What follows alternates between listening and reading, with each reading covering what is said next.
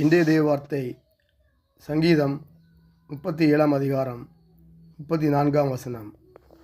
நீ கர்த்தருக்கு காத்திருந்து அவருடைய வழியை கைக்கொள், அப்பொழுது நீ பூமியை சுதந்திரித்துக் கொள்வதற்கு அவர் உன்னை உயர்த்துவார்.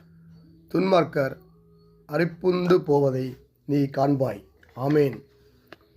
தாவீது ராஜா எழுதிய இந்த சங்கீதம் பொல்லாதவர்களை குறித்து எரிச்சல் அடையாமல் அல்லது பொறாமைப்படாமல் கர்த்தரை நம்பி நன்மை செய்யுமாறு அறிவுறுத்துகிறது. தீயோர் வெற்றி அடைவது போல தோன்றினாலும் அவளின் வீழ்ச்சி நிச்சயம். ஆனால் கர்த்தருக்கு காத்திருக்கிறோ உயர்வுடையார்கள்.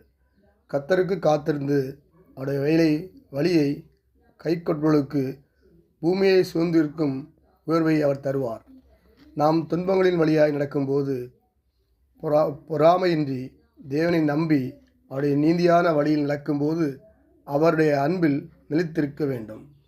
சூழ்நிலைகள் மோசமாக இருந்தாலும் அவசரப்படாமல் தேவனுடைய நேரத்துக்கு காத்திருக்க வேண்டும். கர்த்தர் தம்மை நம்புவர்களை உயர்த்தி ஆசீர்வாதங்களை தருவார். நாம் நீதியின் பாதையில் நிலைத்திருக்க வேண்டும். பல நேரங்களில் துன்மார்க்கர் உயர்ந்து வாழ்வது போல் தோன்றலாம். ஆனால் தேவன் நீதிமானை சரியான நேரத்தில் உயர்த்துவார். இன்று நாம் தேவனுடைய நேரத்திற்கு காத்திருந்து அவருடைய பாதையில் நடக்கும்போது, அவருடைய வழிகளை கைக்கொள்ளும் போது அவர் நம்மையும் உயர்த்துவார். ஆமேன்.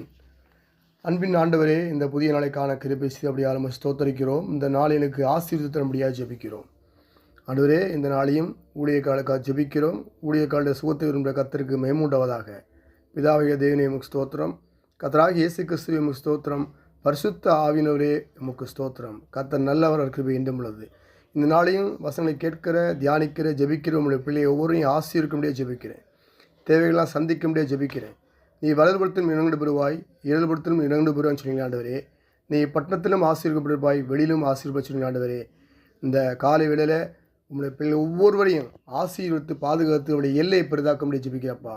தீங்கு அவளை துக்கப்படுத்தாபடிக்கு விலைக்கு பாதுகாத்துக்க முடியாது ஜெபிக்கிறப்பா. இந்த நாளுக்குரிய ஆசீர்வாதத்தை நிரப்புங்க. நல்ல வேலை கொடுங்க, நல்ல வியாபாரத்தை கொடுங்க, நல்ல ஆசீர்வாதம் நன்மையும் தரும்படியாக ஜெபிக்கிறேன். இயேசு கிறிஸ்து நாமத்தில் ஜெபிக்கிறோம் நல்ல பிதாவே. ஆமேன், ஆமேன், ஆமேன்.